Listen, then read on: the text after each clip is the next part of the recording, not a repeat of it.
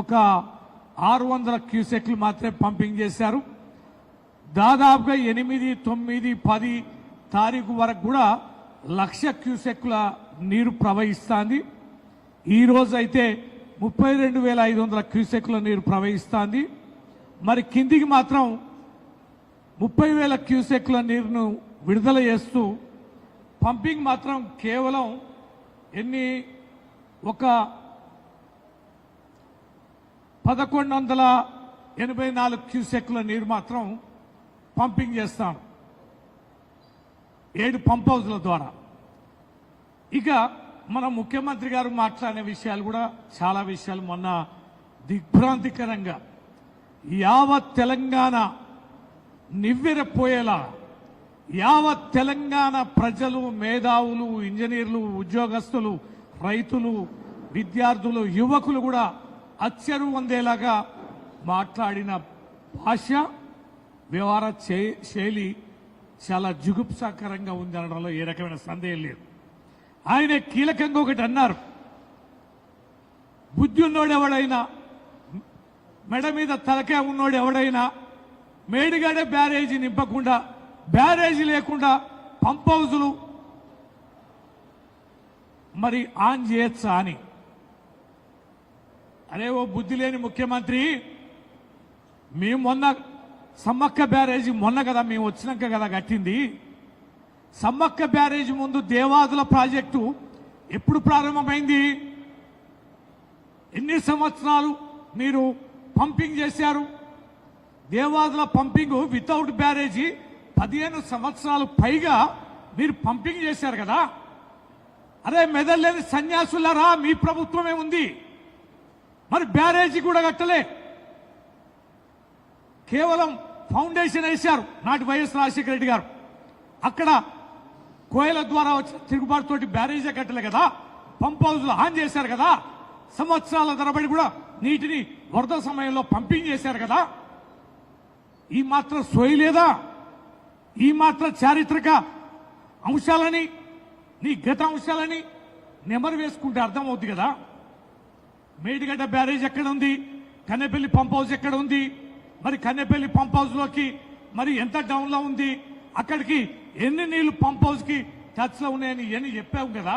అన్ని వివరంగా ప్రత్యక్షంగా అక్కడ నిలబడి విజువల్స్ ద్వారా చూపించుకుంటూ మా కేటీఆర్ గారు మేమందరం కలిసి విజిట్ చేసి చెప్తే నీకు అర్థం కాలేదా? నీకు ఆ మాత్రం సోయి లేదా? ఖచ్చితంగా నీళ్లకు సంబంధించి ఎల్నీలో సమస్య ఉందని తెలుసు, నీకు వస్తుందని ముందస్తుని తెలుసు. మళ్ళీ ఈ బుద్ధి లేని ముఖ్యమంత్రి ఏమంటాడు, నాకు తెలుసు వచ్చని, అందుకనే నేనన్నా ఆర్దడి పంటలు వేసుకోమనమని. రైతుల్ని సన్యాసులు అని అంటాడు, చెప్పినానంటాడు. ఇవన్నీ చెప్పేవాడివి వచ్చిన వరదని ఎట్లా పంపింగ్ చేసుకోవాలో కూడా తెలీదా?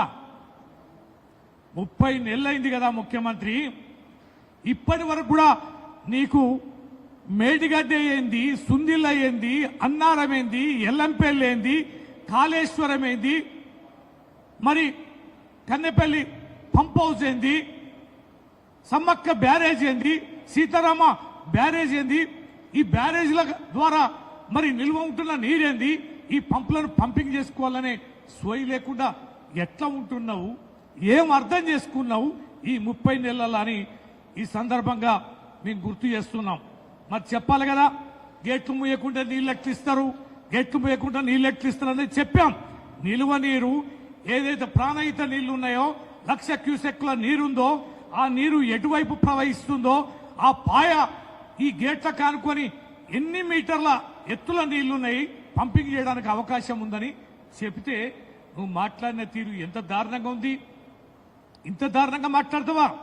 బీఆర్ఎస్ నాయకులని కోసి ఆ రక్తాన్ని పొలాలలో చల్లి పంటలు పండిస్తానని చెప్పే ముఖ్యమంత్రి ఈ దేశంలో రాజ్యాంగబద్ధ పదవిలో ఉన్న ఏ వ్యక్తి అయినా మాట్లాడంగా విన్నామా? ఏ సంస్కృతి నేర్పుతున్నావు ముఖ్యమంత్రి నువ్వు? ఏమైనా మాట్లాడితే తొండలీడిస్తా, పండబెట్టి తొక్తా, పేగులు మెడలేసుకుంటా, రక్తం పొలాలకు వారిస్తా, గద్దెలు గురుస్తా, కనుగుడ్లు పీకి గోళీలు ఆడుతా అంటావు, బెల్ట్ ట్రీట్మెంట్ ఇస్తా అంటావు. ఏం భాష నేర్పుతున్నావు ముఖ్యమంత్రి నువ్వు తెలంగాణలో? ఈ ప్రజలకి ఏం డైరెక్షన్ ఇస్తున్నావు ముఖ్యమంత్రి? రాష్ట్రాన్ని తెచ్చిన నేత కేసీఆర్ గారు 60 లక్షల సభ్యత్వం కలిగి సుదీర్ఘ 14 సంవత్సరాలు తెలంగాణ కోసం పోరాటం చేసి 10 సంవత్సరాలు ఈ రాష్ట్రాన్ని అభివృద్ధి పథంలో అగ్రభాగాన నిలిపిన పార్టీ నేతల్ని ఇంత దిగజారి భాష మాట్లాడడం, అది క్రూరమైన హింసని ప్రేరేపించేలాగా మాట్లాడడం అనేది ఎంత మేరకు తగును? ఇది ప్రజల్లో వస్తున్న వ్యతిరేకత కదా? ఈ ఫ్రస్ట్రేషన్లో నువ్వు మాట్లాడుతున్న బూతులు కావా? ఈ అరాచకత్వం అనేది ఎవరు జీర్ణించుకుంటున్నారు? ఈ భాషని యావత్ తెలంగాణలో ఉన్న ఉద్యోగస్తులు కానీ, మేధావులు కానీ, సామాన్య ప్రజలు కానీ, రైతులు కానీ ఏ రకంగా అర్థం చేసుకుంటున్నారో ఒక్కసారి చెక్ చేసుకుని ఇంటెలిజెన్స్ వాళ్ళతోటి. ఇలా దేశంలోనే బ్రహ్మాండమైన లా అండ్ ఆర్డర్ మెయింటైన్ చేసిన తెలంగాణ ఈ రోజు క్రైమ్ రేట్లో ఎక్కడికి వెళ్ళిపోయినామో ఒకసారి చూడు. 60 సంవత్సరాలు ఈ తెలంగాణ మీ కాంగ్రెస్ పాలనలే కదా రక్తం ఏర్లై పారింది. 1952 ఉద్యమంలో 7గురిని కాల్చి చంపింది ఈ కాంగ్రెస్ ప్రభుత్వం కదా. 1969లో 369 మంది అమాయకులైన విద్యార్థి నాయకుల్ని పొట్టన పెట్టుకుని రక్తం తీర్పు భరించింది మీ కాంగ్రెస్ ప్రభుత్వం కాదా? తెలంగాణలో ఉపాధి కల్పించకుండా వందలాది మంది యువకుల్ని నక్సలైట్ల పేరిట ఎన్కౌంటర్లో చంపి ఏర్లై భారించింది మీ కాంగ్రెస్ పార్టీ, మీ కాంగ్రెస్ ప్రభుత్వం కాదా? సమైక్య పాలనలో తెలంగాణ కోసం పోరాటం చేస్తే అనేక మంది జైళ్లలో పెట్టి ఊచకోత కోసి విపరీతంగా లాఠీచార్జ్ చేసి కొట్టి నిర్బంధించింది మీ కాంగ్రెస్ పార్టీ కాదా? తెలంగాణ ఇస్తానని ప్రకటించి వెనక్కి తీసుకుంటే సమైక్యవాదుల పోరాటం ఫలితంగా గుండె గాయమై అనేక మంది నాయకులు, విద్యార్థులు, మేధావులు, మరి ప్రజలు ఆత్మాహుతి చేసుకుంటే, చనిపోతే, బలిదానాలు చేసుకుంటే ఇది మీ కాంగ్రెస్ పార్టీ తాగిన రక్తపు దాహం కాదా? రక్తపు కేర్లు బారించారు కదా మీరు. ఇలాంటి మీకు ఇంకా ఎంతమంది రక్తాన్ని ఇవ్వాలి? ఎన్ని రక్తపు తేర్లు మారాలి? ఈ తెలంగాణ ప్రాంతాన్ని ఆంధ్రలో కలిపి ఆంధ్రప్రదేశ్గా ఏర్పడిన నాటి నుంచి త్యాగాలు చేస్తూనే ఉన్నాం కదా, చస్తూనే ఉన్నాం కదా. చావుకు కారకులు మీరే కదా. ఇంకా ఆ ఆనవాళ్ళను పట్టుకొని ఇవాళ రక్తాన్ని ఇవాళ పొలాల్లో చల్లి పండిస్తానే దౌర్భాగ్యకు భాషకు దిగజారిన ఈ ముఖ్యమంత్రికి ఏ రకంగా సమాధానం చెప్పాలో తెలంగాణ ప్రజలు ఆలోచనలు చేస్తున్నారు. ఇవాళ ఎవరికి ఇవాళ ఎందుకు నువ్వు దేవాదుల పంప్ హౌస్లు ఆన్ చేయలే?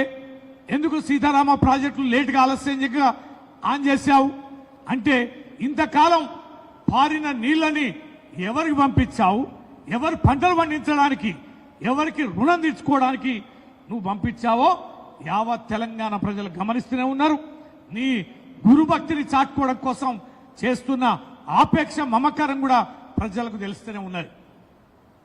తెలంగాణ ఇంజనీర్లు, రిటైర్డ్ ఇంజనీర్లు తెలంగాణ ఉద్యమంలో కూడా అనేక దఫాలుగా వారి ఘోష, వారి బాధ వ్యక్తం చేశారు.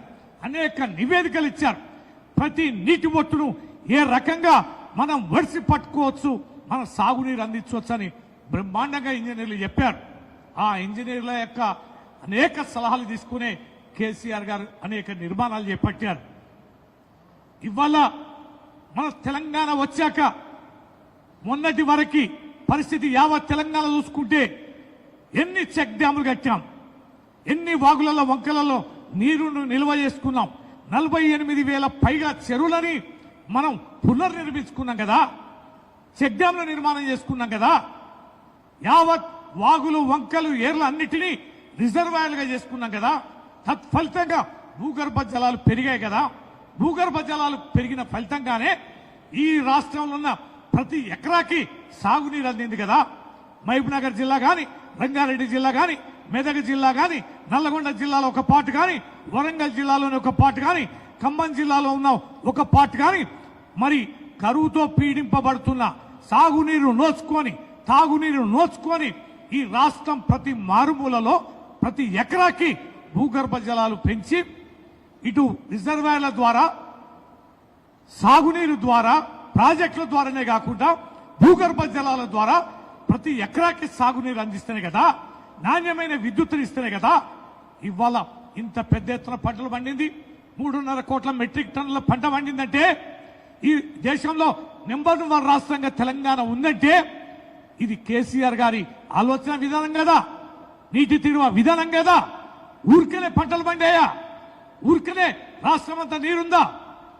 24 గంటల నాణ్యమైన నీరు ఇస్తే ఎక్కడ పడితే అక్కడ, ఎక్కడ నీరుంటే అక్కడ రైతులు మోటార్లు వేసుకొని పండించుకున్నారు కదా అద్భుతంగా. చెర్లలో కానీ వాగులలో కానీ కాలువల్లో కానీ ఇవన్నీ రకాలైనటువంటి నీటి తీరువ విధానాన్ని చేస్తే ఇవాళ భూగర్భ జలాలు ఎక్కడ పోయినాయి? ఆఖరికి నీ ఇసుక మాఫియా చెక్ డ్యాంలను కూడా బాంబులు పెట్టి పేల్చింది కదయా ఓ ముఖ్యమంత్రి. ఇవాళ యావత్ తెలంగాణలో ఎక్కడ చూసినా, ఏ వాగులో ఏ వంకలలో చూసినా ఇవాళ లారీలు విపరీతంగా ఇసుక తోడేస్తున్నాయి కదా. భూగర్భ జలాలు ఎక్కడ ఉంటాయి? ఎక్కడ వాగులలో నీళ్లు ఉన్నాయి? చెక్ డ్యాంలు పేల్చేసి నీళ్లను వదిలిస్తుంటే ఎక్కడైనా ఒక్క చెరువుకి నీళ్ళని తెచ్చాయా? ఇవాళ దేవాదుల బ్రహ్మాండంగా 10 పంపులు ఉన్నాయి కదా, రోజుకి 25 టీఎంసీల పైన ఇలా పంపింగ్ చేయగలిగే కెపాసిటీలో ఉన్నది కదా. దాదాపుగా 15 లక్షల ఎకరాల స్థిరీకరణ ఇలా ఎస్ఆర్ఎస్పి 7.5 ఎకరాలు కానీ 5.5 ఎకరాలు దేవాదులకు సంబంధించి కానీ మొత్తంగా కూడా ఉమ్మడి వరంగల్ జిల్లా కానీ నల్లగొండలోని కొంత పార్ట్ కానీ ఇవాళ మెదక్ జిల్లాలోని కొంత పార్ట్ కానీ ఈ దేవాదుల ద్వారా పుష్కలంగా చెరువులు నింపే అవకాశం ఉంటే, సాగునీరు అందించే అవకాశం ఉంటే, ఎప్పటి నుంచో నీళ్లు మారుతుంటే ఎందుకు నువ్వు పంపింగ్ చేయలే? సీతారామ ప్రాజెక్టు కూడా పూర్తయింది కదా, మొన్న 3 పంపులు ఆన్ చేశారు. మరి వర్షం నీడు ఫ్లడ్ మొదలైన కాంచెలి ఎందుకు పంపింగ్ చేయలే? ఇది కదా కుట్ర, ఇది కదా వరంగల్ ప్రజలకి నువ్వు చేస్తున్న మోసం దగ. ఇవాళ చెర్లలో గనక నీరుంటే బ్రహ్మాండంగా నాట్లేసుకునేది కదా, పంట పండేది కదా, రైతుల గుండె ధైర్యం ఉండేది కదా. ఈ ఏడుపు కొట్టు మాటలు, ఈ దగాకోరు మాటలు నువ్వు మాట్లాడాల్సిన దుస్థితి కూడా ఉండకపోవు కదా. ప్రజలకి విజ్ఞప్తి చేసే ముందు, ఆరుతడి పంటలు వేసుకోవాలనే ముందు ఈ నీటిని ఎట్లా ఒడిసి పట్టుకోవాలి, ఎట్లా పంపింగ్ చేసుకోవాలి, ఎక్కడికి నీటిని చేర్చాలి అనే కనీస అవగాహన లేని సన్యాసి ముఖ్యమంత్రి రిటైర్డ్ ఇంజనీర్లని బెదిరిస్తావా? అలాంటి త్యాగ పురుషుల మీద అవాకులు చవాకులు పేల్తావా? శ్యామ్ ప్రసాద్ రెడ్డి గారు జీవితం అంతా నీటి కోసం, తెలంగాణ ప్రాజెక్టుల కోసం తనలాడిన మహా పెద్ద మనిషి. అలాంటి గొప్ప వ్యక్తి కన్నీటి నీరు పెట్టించినావు కదరా దౌర్భాగ్యుడా, ఏడిపించావు కదరా. మా జీవిత ఫలంగా జీవితాంతం త్యాగం చేసి తెలంగాణ గడ్డ నీటిపారుదల కోసం తెలంగాణ ఉద్యమంలో కీలక పాత్ర వహించి చేసిన అలాంటి మహానుభావులు సలహా ఇస్తే జైల్లో పెడతానంటావా? ఎవడ్రా నీ బెదిరింపులకు భయపడేది? ఎవడ్రా నీ మాటలకు వెరిసేది? పెట్టు బిడ్డ పెట్టు. యావత్ తెలంగాణ సిద్ధంగా ఉంది. కరువు ఎడారిగా మారుస్తానంటే నీ ఆంధ్ర తొత్తులకి, నీ గురువులకి ఇలా భరణం చెల్లించుకుంటానంటే మూసుకొని ఉండే అమాయకులు తెలంగాణ బిడ్డలు కాదు, నీ అంతు తేల్చడానికి సిద్ధంగా ఉన్నారు. ఎవరికిరా నువ్వు జైల్లో బెదిరింపులు చేసేది? ఎవరిరా నువ్వు కోసేది? అదృష్టం కొద్ది ముఖ్యమంత్రి అయినంత మాత్రాన నీ ముఖ్యమంత్రి అనేది ప్రజలు ఇచ్చిన గౌరవం, అది రాజ్యాంగబద్ధంగా కల్పించిన ఒక బాధ్యత, అవకాశం. దానిని మరిచి బెదిరిస్తావా? బెదిరింపులకు పాల్పడతావా? ఖబర్దార్ బిడ్డ, నీ బెదిరింపులకు ఇక్కడ ఎవడు భయపడేవాళ్ళు లేడు, ఎవరు బెదిరే వాళ్ళు కూడా లేరు. ఎన్నిసార్లు చెప్పాం ఎన్డీఎస్ఏ రిపోర్ట్ ఇచ్చిందని చెప్తావు, ఎన్నిసార్లు చెప్తారా పనికి మాలిన సన్యాసులారా? 3 సంవత్సరాల కేసీఆర్ గారు ఏం కట్టిండ్ర ప్రాజెక్టుని, ఏం రకంగా ఎన్ని రకాలుగా ఉంది ఇది. కాళేశ్వరం ప్రాజెక్ట్ అంటే 3 బ్యారేజీలు, 15 రిజర్వాయర్లు, 19 సబ్ స్టేషన్లు, 21 పంప్ హౌజులు, 200 కిలోమీటర్ల టన్నెల్స్, 1531 కిలోమీటర్ల కాలువలు కలిపితే కదరా కాళేశ్వరం అనేది. 94,000 కోట్ల రూపాయలు వీటన్నిటికి ఖర్చు పెడితే, ఇన్ని వేల ఎకరాలని ఎక్వేషన్ చేస్తే, ఇన్ని రిజర్వాయర్లని నిర్మిస్తే, ఒక్క మేడిగడ్డ దగ్గర కుంగిన పిల్లర్లని రిపేర్ చేయలేక 3 సంవత్సరాలకి తీసుకొస్తున్నావు కదా. ఊరికనే వచ్చినాయి పర్మిషన్లు, డిపిఆర్ లేకుండా, అనుమతి లేకుండా నిర్మించామా? 18 కేంద్ర సంస్థల ద్వారా అనుమతులు తీసుకొని నిర్మించిందిరా కాళేశ్వరం ప్రాజెక్ట్.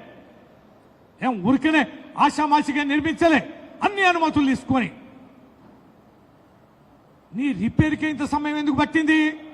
3 ఏళ్లలో ఇన్ని బ్యారేజీలు, ఇన్ని రిజర్వాయర్లు, ఇన్ని టన్నెల్స్, ఇన్ని కాలువలు, ఇన్ని సబ్ స్టేషన్లు, ప్రపంచమే ఆశ్చర్యపోయేలాగా 240 మెగావాట్ల సంబంధించినటువంటి యొక్క మోటార్లని మేము బిగించి పంపింగ్ చేస్తే, ప్రపంచమే ఆశ్చర్యపోయేలాగా నిర్మిస్తే, ఊరికేనే తృణప్రాయంగా చిల్లరగా నీ చిల్లర భాషతోటి అవమానాల పాలు చేస్తుంది కదరా. నీ దుగ్ధ తీర్చుకోవడం కోసం గోదావరి నీళ్లు ఉరికనే వస్తాయా తెలంగాణకి? డౌన్ లో ఉంది కదా గోదావరి. కృష్ణా నీళ్లు ఉరికనే కిందికి పైకి వస్తాయా? కృష్ణా నది డౌన్ లో ఉంది కదా తెలంగాణకి. ఈ 2 నదుల నీళ్లు వాడుకోవాలంటే పంపింగే కదా విధానం, లిఫ్ట్లే కదా విధానం. మీ వైఎస్ఆర్ జలయజ్ఞం ధనయజ్ఞం పెట్టినప్పుడు కూడా తుమ్మిడిగట్టు దగ్గర కడతామన్నప్పుడు ఇదే మల్లన్న సాగర్, ఇదే రిజర్వాయర్లు కదా, ఇదే ఎల్లంపల్లి కదా, అవే ఛానల్స్ కదా కేసీఆర్ గారు పూర్తి చేసింది. తుమ్మిడిగట్టు దగ్గర అనుమతులు ప్రాబ్లం అని, ఇబ్బందులు ఉంటాయని, ప్రాణహిత అయితే పుష్కలంగా నీళ్లు ఉంటాయని, కష్టకాలంలో నీళ్లు వాడుకోవచ్చని, గోదావరిని రిజర్వాయర్ గా మార్చుకోవచ్చని, రివర్స్ పంపింగ్ ద్వారా ఎక్కడ కష్టం వచ్చినా చుక్క నీరు ఇబ్బంది లేకుండా తాగునీరు సాగునీరుకి అందించాలని కదా Medigadda barrage, Sundilla barrage, Annaram barrage, అసంపూర్తిగా ఉన్న ఎల్లంపల్లి బ్యారేజ్ పూర్తి చేసి, అసంపూర్తిగా ఉన్న మిడ్ మ్యానర్ ను కూడా పూర్తి చేసుకొని, యావత్ జలశక్తిని రూపొందించుకొని, అటు పరిశ్రమలకి, అటు హైదరాబాద్ కి, ఇటు తాగునీరు మిషన్ భగీరథకి, ఇటు సాగునీరుకి, యావత్ తెలంగాణలో ప్రతి మారుమూలకి అనుసంధానం చేయగలిగింది తక్కువ కాలంలో కేసీఆర్ గారు. ఎక్కడి నీరు మనం వాడుకున్నాం, ఎంత నీరు వాడుకున్నాం, ఎన్ని టీఎంసీలకు పోయినాం, 250 టీఎంసీల పైన నీటిని సద్వినియోగం చేసుకునే శక్తిని సంపాదించుకున్నామంటే ఇది కాళేశ్వరం ప్రాజెక్టు కదా, కేసీఆర్ చేసింది కదా. ఒకవేళ పోయేటి అయితే, కొట్టకపోయేటి అయితే, అంత అనామకంగా కడితే, సాంకేతికంగా అవి లేకపోతే 28 లక్షల క్యూసెక్ నీరు వస్తే, వరద వస్తే ఎందుకు కొట్టకపోలే? దాని కింద ఉన్న సమ్మక్క బ్యారేజీ బ్రహ్మాండంగా ఉంది కదా, దాని కింద ఉన్న సీతారామ ప్రాజెక్టు బ్యారేజ్ కూడా బ్రహ్మాండంగా ఉంది కదా, సుందిల్ల అన్నారం బ్రహ్మాండంగా ఉంది కదా. ఆ 2 కుంగిన పిల్లర్లని పునర్నిర్మించడానికి, రిపేర్ చేయడానికి నీకు 2.5 ఏళ్లు పట్టింది. రిపేర్ చేయడానికి ఆ ప్రయత్నం నువ్వు ఎందుకు చేయలేదని చెప్పని మేము తెలియజేస్తున్నాం. ఇది కేవలం కేసీఆర్ గారి మీద కుట్ర.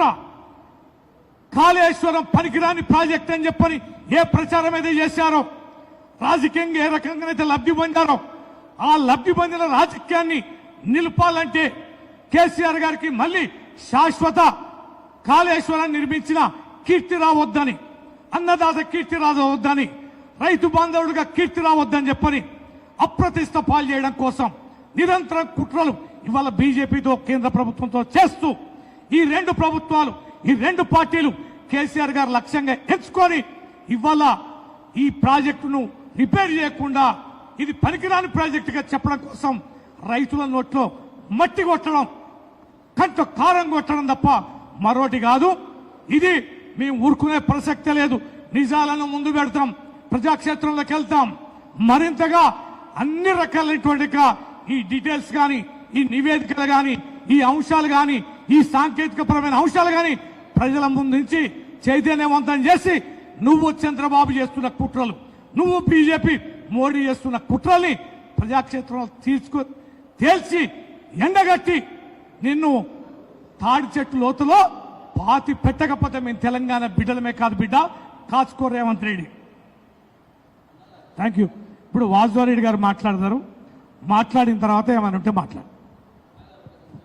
థ్యాంక్ యూ అన్న.